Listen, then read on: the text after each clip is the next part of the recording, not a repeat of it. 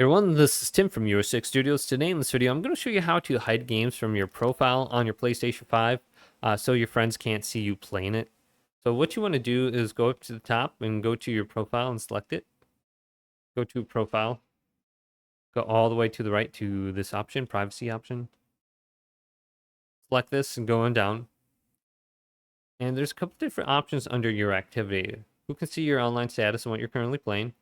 You can set this to friends only, friends of friends. The next option is the important one. Who can see your gaming history?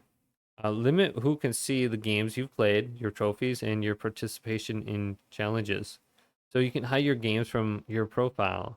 Just go to no one, and people can't see the game that you're playing. They'll just see you're online or something like that. And then we can just set this to friends of friends. That's fine. Then it says hide your games from other players. So this will hide games so they don't appear on your profile or in your gaming history. So it won't make it so the game appears when you're like playing your status, etc. So you can just hide the games under here. So the only bad thing is you got to go to the game individually and do it. It says when you hide a game, other people won't see it when they're viewing your profile or trophy list. They also won't see any of your activities for the game, so it won't show up on your profile at all. So they won't know you're playing.